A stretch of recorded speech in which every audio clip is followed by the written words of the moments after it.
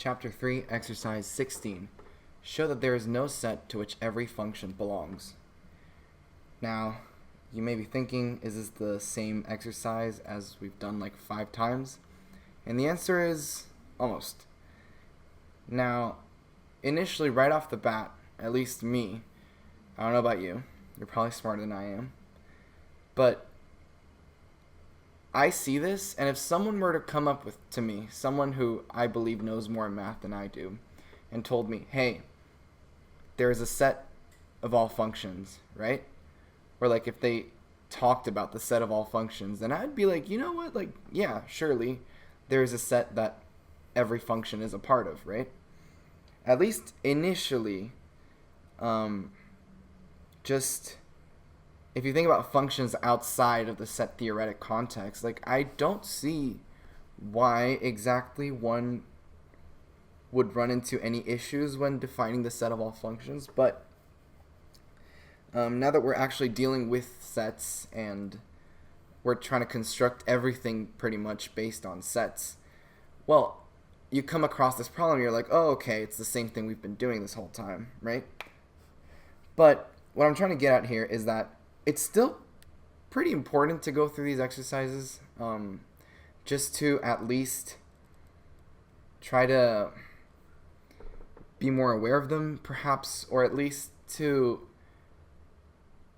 dispel, at least in my case, dispel my intuition and really ground myself and my beliefs on rigorous mathematics. Because otherwise, I would have just gone with my gut and believed that, you know what, sure, there is a set to which every function belongs. But there isn't.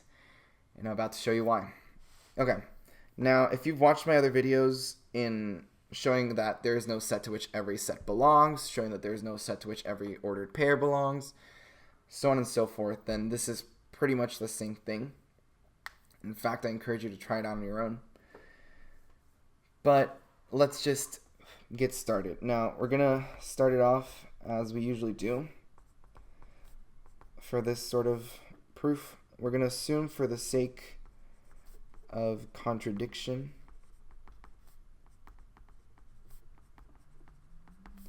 that,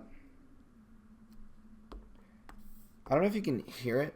I got a new pencil for my tablet, and it's not the official Apple Pencil because that was way too expensive, and yeah, I was about to pay like over $100 for a stylus. Now, it's pretty good, but I feel like it's a little loud. So I don't know if the mic can pick it up. I hope it doesn't. Otherwise, I'd be very annoyed, but still. We're assuming for the sake of contradiction that a set of all functions, call it S, exists. Then every function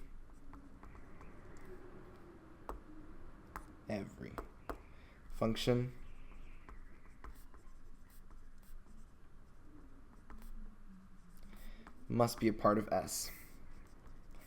In particular,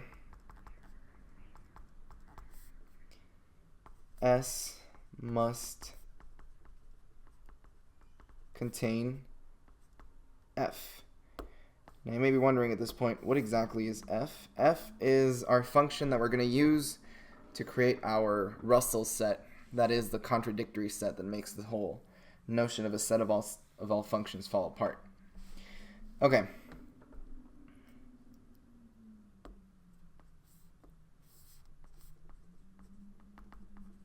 Which is a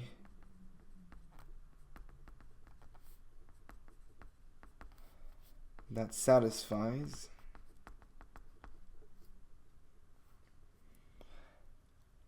okay.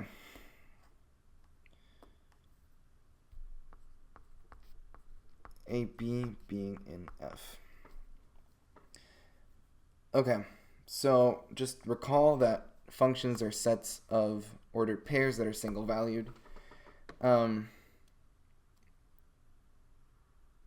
Okay, I'm just having issues with wording this, but hopefully it becomes clear. So S must contain a particular f, this f specifically, which we're going to define as a function, any function, that contains the ordered pair a comma b, where a is going to be equal to the set of x in the union of the union of the union of S, such that x is not an x. So here's our set, right? Okay. So, right. What to do now? Okay. So now we have to show that A satisfies this and that this part becomes problematic. Note that since f is in S, then our ordered pair a comma b is in the union of S. That should be pretty straightforward. And furthermore,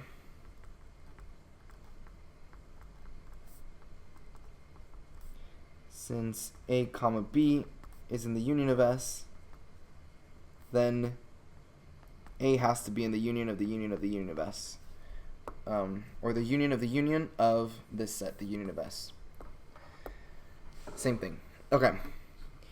So, A, okay, actually. So, what I'm saying is A is in the union of the union of the union of S, so A satisfies this part, right? And now,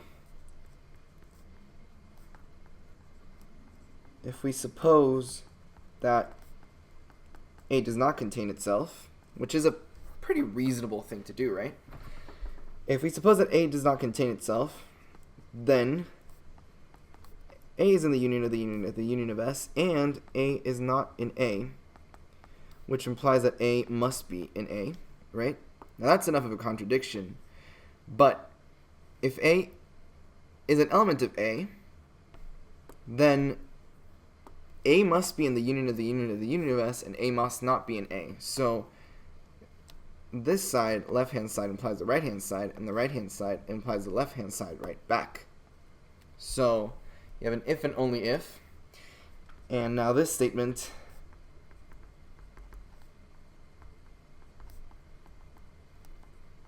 simplifies to A is an element of A if and only if A is not an element of A, which is just about the most clear contradiction you will ever find.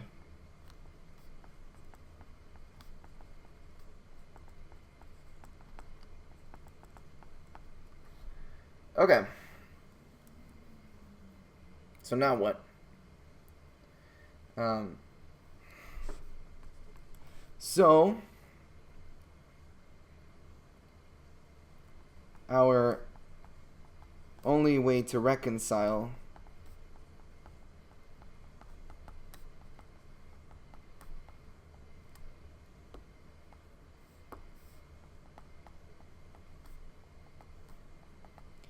this issue is to say that F is not an S, but then S does not contain all functions, right? So S cannot be the set of all functions. And then we conclude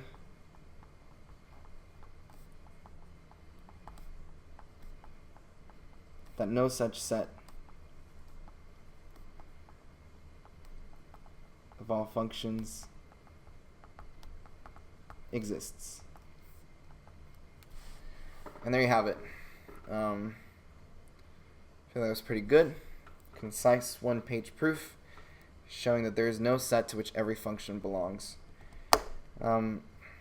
yeah, this is pretty much just doing the same thing we've been doing once more. I hope this was helpful, and I will see you in the next video. Bye-bye.